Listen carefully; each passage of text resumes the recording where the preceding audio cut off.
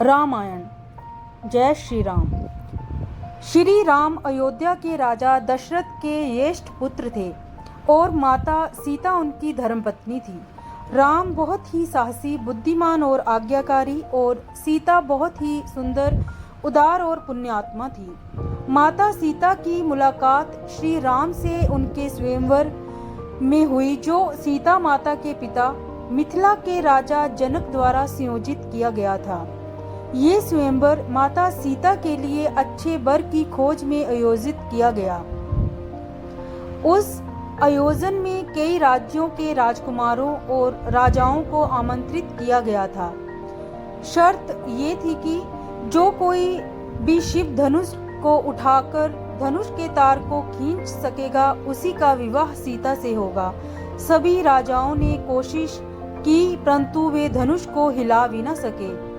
जब श्री राम की बारी आई तो श्री राम ने एक ही हाथ से धनुष उठा लिया और जैसे ही उसके तार को खींचने की कोशिश की, वह धनुष दो टुकड़ों में टूट गया।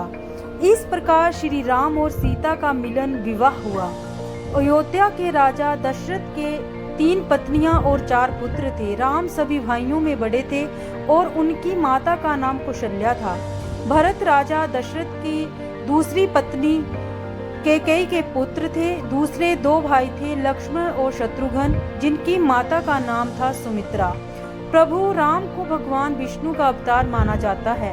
अयोध्या के राजा दशरथ की 3 रानियां थीं, किंतु किसी रानी से संतान की प्राप्ति नहीं हुई। तत्पश्चात राजा दशरथ ने पुत्र पाने की इच्छा अपने कुलगुरु महर्षि वशिष्ठ से बताई।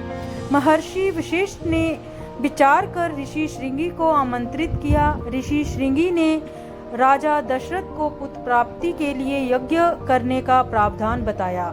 ऋषि श्रृंगी के निर्देशानुसार राजा दशरथ ने यज्ञ करवाया। जब यज्ञ में पूर्ण आहुति दी जा रही थी, उस समय अग्निकुंड से अग्निदेव मनुष्य रूप में प्रकट हुए तथा अग्निदेव ने राजा दशरथ को खीर से भरा कटोरा प्रदान किया। तत्पश्चात ऋषि श्रृंगी ने बताया, हे राजन, अग्निदेव द्वारा प्रदान किए गए खीर को अपनी सभी रानियों को प्रसाद रूप में दे दीजिए।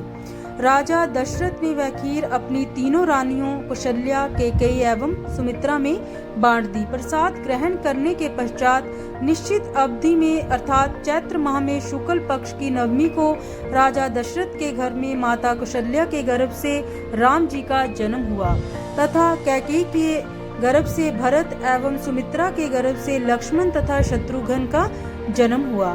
राजा दशरथ के घर में चारों राजकुमार एक साथ समान वातावरण में पलने लगे। राम जन्म की खुशी में उसी समय से राम भक्त राम नवमी पर्व मनाते हैं। राम नवमी पौराणिक मान्यता। श्री राम नवमी की कहानी लंका अधिराज रावण से शुरू होती है। रावण अपने राज्यकाल में बहुत अत्याचार करता था। उसके अत्याचार से पूरी जनता त्रस्त थी, यहाँ तक कि देवतागण भी, क्योंकि रावण ने ब्रह्मा जी से अमर होने का वरदान ले लिया था।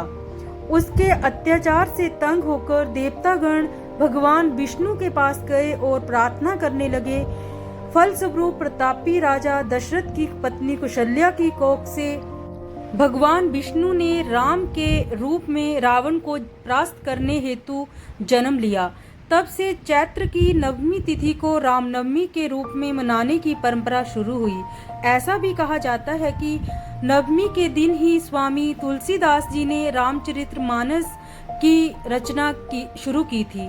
पुराणों के मुताबिक राम के जन्म के बारे में भगवान शिव ने मां पार्वती जी को जो बताया था, वही हम आज आपको बताने जा रहे हैं। भगवान राम ने जन्म क्यों लिया था? एक कहानी है कि ब्राह्मणों के शाप के कारण प्रतापवान, अरिमर्दन और धर्मरुचि ये तीनों रावण, कुंभकर्ण और विभीषण बने। रावण ने अपनी प्रजा पर बहुत अत्याचार किए। एक बार तीनों भाइयों ने घोर तप किया। तब से ब्रह्मा जी ने खुश होकर वर मांगने को कहा। इस पर रावण ने कहा कि हे प्रभु, हम वानर और इंसान 2 जातियों को छोड़कर और किसी के मारे से न मरे, ये वर दीजिए। शिव जी ने और ब्रह्मा जी ने रावण को वर दिया। इसके बाद शिव जी ने और ब्रह्मा जी ने विशालकाय कुंभकर्ण को देखकर सोचा कि ये अगर रोज भोजन करेगा तो पृथ्वी का नाश हो जाएगा। तब माँ सरस्वती ने उसकी बुद्धि फेर दी और कुंभकर्ण ने 6 माह की नींद मांग ली। विभीषण ने प्रभु के चरणों में अनन्य और निष्काम प्रेम की अभिलाषा जताई। वर देकर ब्रह्मा जी भी चले गए।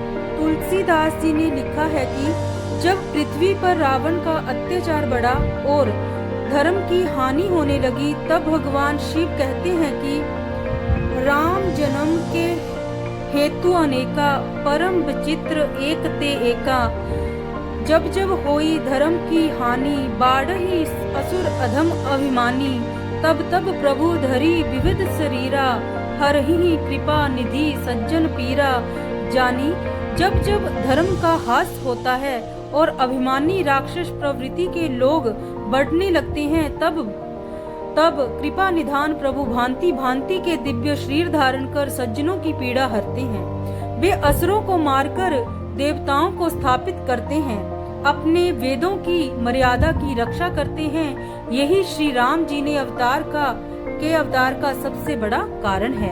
जब राम को एक तरफ राज तिलक करने की तैयारी हो रही थी, तभी उसकी सुतेली माँ कैकेयी अपने पुत्र भरत को अयोध्या का राजा बनाने का षड्यंत्र रच रही थी। ये षड्यंत्र बूढ़ी मंथरा के द्वारा किया गया था।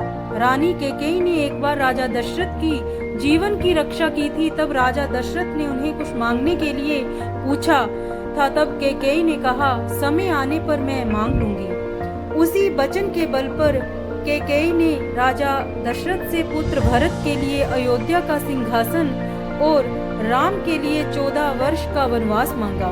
श्री राम तो आज्ञाकारी थे, इसीलिए उन्होंने अपने सुतेली माँ कैकेयी की बातों को आशीर्वाद माना और माता सीता और प्रिय भाई लक्ष्मण के साथ 14 वर्ष का वनवास व्यतीत करने के लिए राज्य छोड़कर चले गए।